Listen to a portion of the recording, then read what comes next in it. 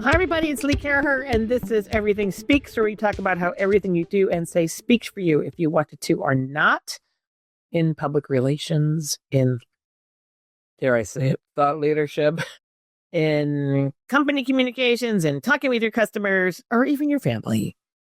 Everything that you do speaks for you. And if we can all be aware of that, we can speak much better and deliver our message more clearly. With bigger impact the first time.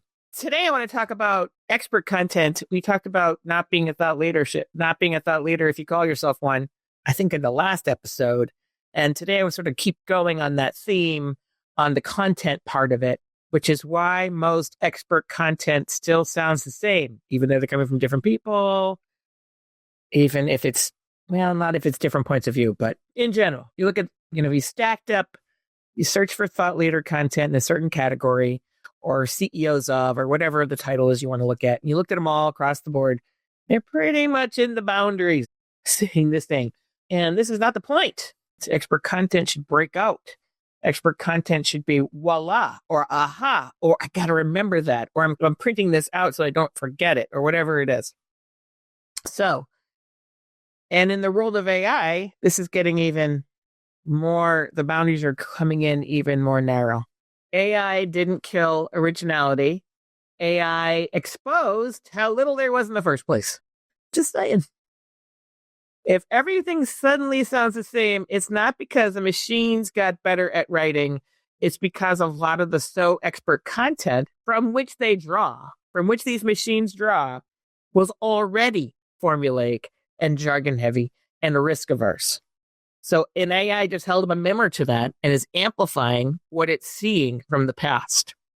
So let's talk about why most expert content still blends into the background, what research tells us about why humans tune it out, and how to break through that noise with real human credible talk without yelling, posturing, or pretending that you're profound. I like to think I say profound things every once in a while. And when I just want to stress the part of that sentence that says every once in a while. And it's just, when I think I'm being profound.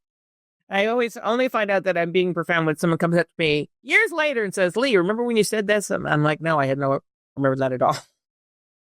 So the noise problem isn't new, but it is louder. We've been talking about noise for years. I think if you go back to Double Forte blog or POVs or my newsletters or even this podcast, we've been talking about noise for a long time. Too many emails, too many posts, too many experts with the same bullet points. Maybe they're reordered. 1 is 5 and 5 is 1. But what's changed is speed and scale. And people are consuming more information than ever and trusting less. And HBR, MIT, the Edelman Trust Barometer, they're just so Penn, all of them.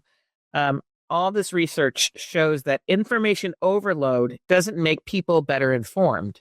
It makes them more conservative, more skeptical, and more likely to default to familiar ideas and not be open to new ones.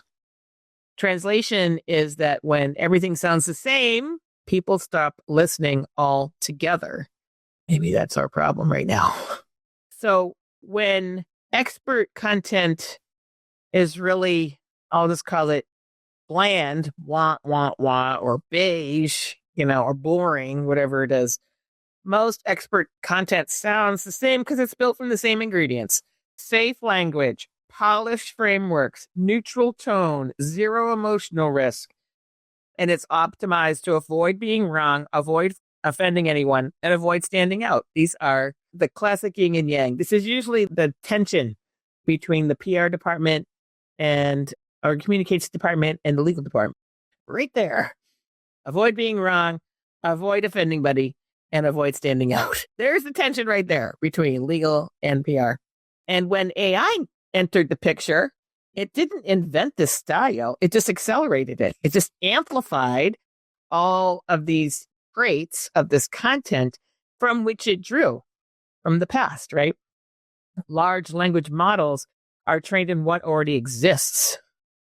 So what exists is cautious. What exists is generic. What exists is jargon filled. if what exists is safe, that's what gets amplified. AI didn't flatten the expertise. It really shone a light on how flat or narrow that expertise already was. So, and there's a lot of research that backs this up. We talked about last time how novelty gets attention, but consistency builds gravitas or authority. So novelty plus relevance is what captures attention, but not volume. Research on persuasion and trust shows that people are more persuaded by specific experience, concrete language, clearly stated points of view, and not abstraction. And it has to be emotional. People are turned, people hear the emotion. It's just all the charts and graphs. There's no story in your charts and graphs. You got nothing. So you got to have the story in the charts and graphs, and you got to have the charts and graphs in the story. It all comes together. And this shows up consistently in leadership and communication research from all of I'll just call them the big MBA schools, right? Leaders who speak and share in lived, precise language are perceived as more credible than those who rely on generalized frameworks, even when the ideas are similar. So if you have the same idea, Jack and John have the same idea, but Jack talks about it from his own experience, bringing color to the point by bringing illustrations. And Jack just talks about the framework. Do this, do this, do this, do this, with no context. John is going to be trusted and believed more than Jack, even though they're saying, in the end, the same thing in terms of the impact they want to make. So in other words, people don't trust polish, they trust presence and humanity, basically. And the jargon fatigue is so real. Jargon just costs us so much money and inefficiency because it assumes so much, but that's another point. People aren't confused because they're unsophisticated. They're tired because they've heard the same phrases stripped of meaning. So let's give some of our favorites. And my friend Dave Euman, who is just an excellent coach on speaking. He claims he doesn't want to do it anymore, but he still does it. He has a great tape in his training that's filled with this stuff, but leverage synergies. In the video game world, when I was at Sega, Sony, we hired people from Sony and they were like, as long as you don't say the word synergy and leverage, I'll do whatever you say. Because it was all about vertical integration, leveraging the synergies, making sure it's all together under the same umbrella. Activate value, future ready, purpose driven. Now, I like being future ready. I believe we are purpose driven. But if it doesn't, what is my purpose and why are we doing that? If I don't explain that, it means nothing. These phrases really used to mean something because they were new. And now, somebody said to me the other day, they were unpacking something. All the peanuts, exploded out of the package. And they're like, oh, God, it's like all these freaking jargon words. Peanuts. They're packing peanuts, which I sort of like that visual. Research language processing shows that abstract language increases cognitive load, meaning it literally takes more for the brain to process when it's abstract, read jargon, than when it's direct. And people disengage faster. Exactly what you want when you're talking to somebody. You want people to disengage faster. So clear beats clever every single time. And concrete beats conceptual every single time. And if you can be clear and clever and concrete and conceptual, you win every single time. So how do the humans break through? This is the important part, particularly as we talk about all these layoffs and people are attributing it to AI right now. I'm recording this in early 2026. And did or did not Salesforce lay off 4,000 people for AI? And did they bring them back for AI because AI couldn't do it and all the things, right? But if AI can generate content, it's competent, it's clean, it's generic instantly, then humans must do what machines cannot. Be human. They can't be human. So what does that mean? How can you translate that, right? So number one, say the thing you normally soften. So most expert content dies in the edit in legal. I'm just going to say it. Or in someone who's being too safe, or someone who just wants to get it approved. Just want to get it approved off my desk. That is like the kiss of death in CorpCom. Get it off my desk. Just get it approved, right? We smooth out the edge. We hedge the point. We add qualifiers until nothing actually means anything. Until it just, so many qualifiers, it applies to one person, right? Humans break through by saying, this doesn't work, and here's why. We tried this, it failed. I changed my mind.